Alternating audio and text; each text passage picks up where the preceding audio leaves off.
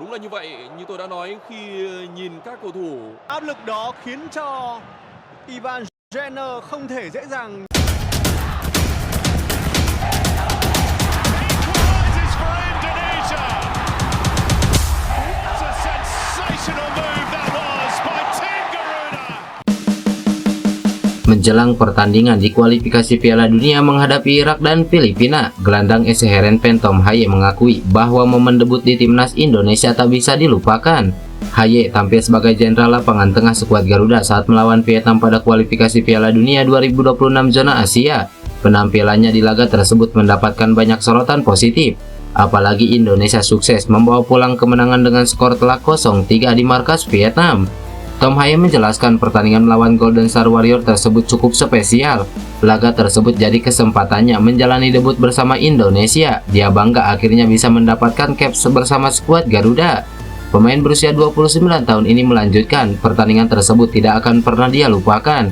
Meski jadi laga perdana, dia bisa langsung menikmati pertandingan tersebut.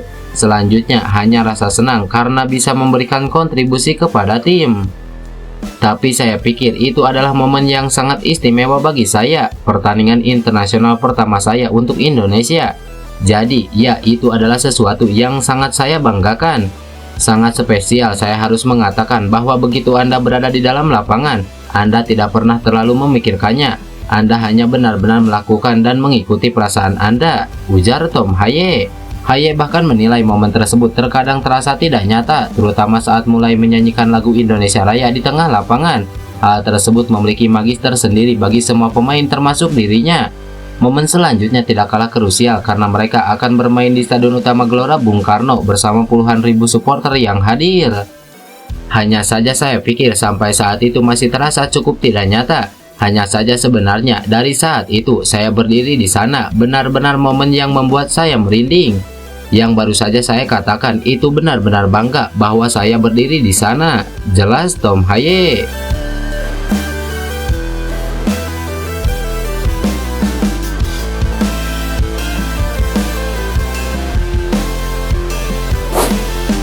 Kabar baik, timnas Indonesia U23 berpeluang lolos Olimpiade Paris 2024 gantikan Israel U23. Ini alasannya.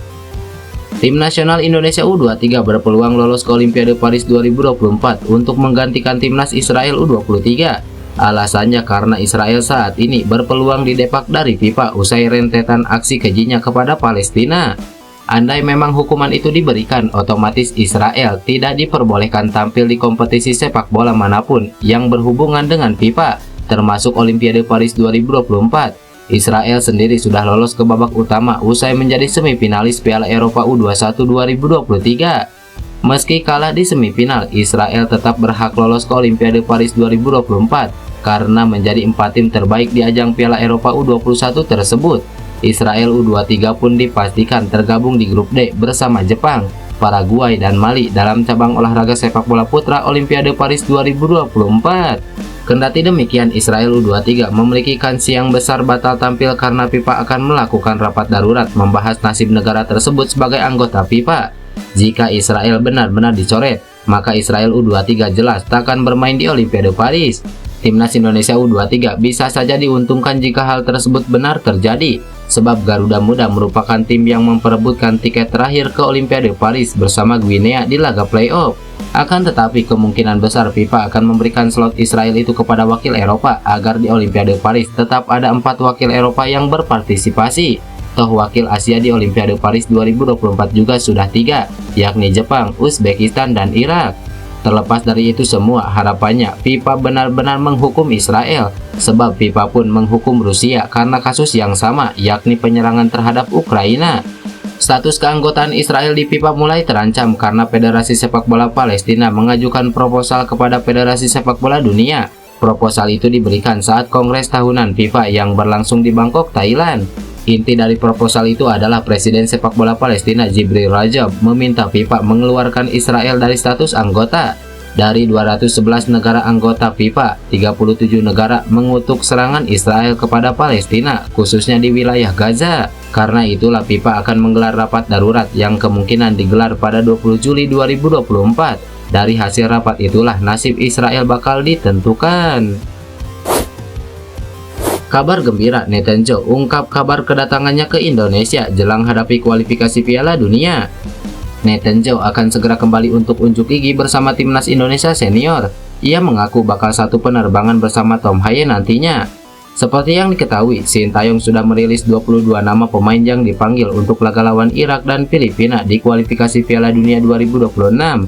Duel tersebut akan digelar di Stadion Utama Gelora Bung Karno, Jakarta, masing-masing pada 6 dan 11 Juni mendatang. Selain itu, timnas Indonesia akan beruji coba kontra Tanzania terlebih dahulu pada 2 Juni di Stadion Madia. Nathan mengaku akan datang bersama Tom Haye ke Jakarta sejak Mei. Saya akan datang ke Jakarta pada 26 Mei bersama Tom Haye. Kami akan berada dalam penerbangan yang sama. Saya senang bisa kembali ke tim nasional dan saya ingin memenangkan 2 pertandingan ini, ujar Nathan Joe. Nathan sendiri menunjukkan performa apik bersama timnas Indonesia U23 di Piala Asia U23 lalu. Posisi aslinya bek kiri, pemain 22 tahun itu ternyata juga andal bermain sebagai bek tengah dan gelandang tengah. Sementara Tom Haye tampil memukau dalam debutnya membela timnas Indonesia kala melawan Vietnam di Hanoi. Pemain 29 tahun itu membuat 1 assist untuk gol JIJs. Usai terpinggirkan dari timnas Indonesia, Elkan Bagot makin bersinar di Inggris gara-gara hal ini. Meski mulai terpinggirkan dari skuad timnas Indonesia, nama Elkan Bagot masih menarik bagi tim-tim Liga Inggris untuk merekrutnya. Seperti yang diketahui, bek 21 tahun tersebut tidak masuk dalam skuad timnas Indonesia untuk kali kedua.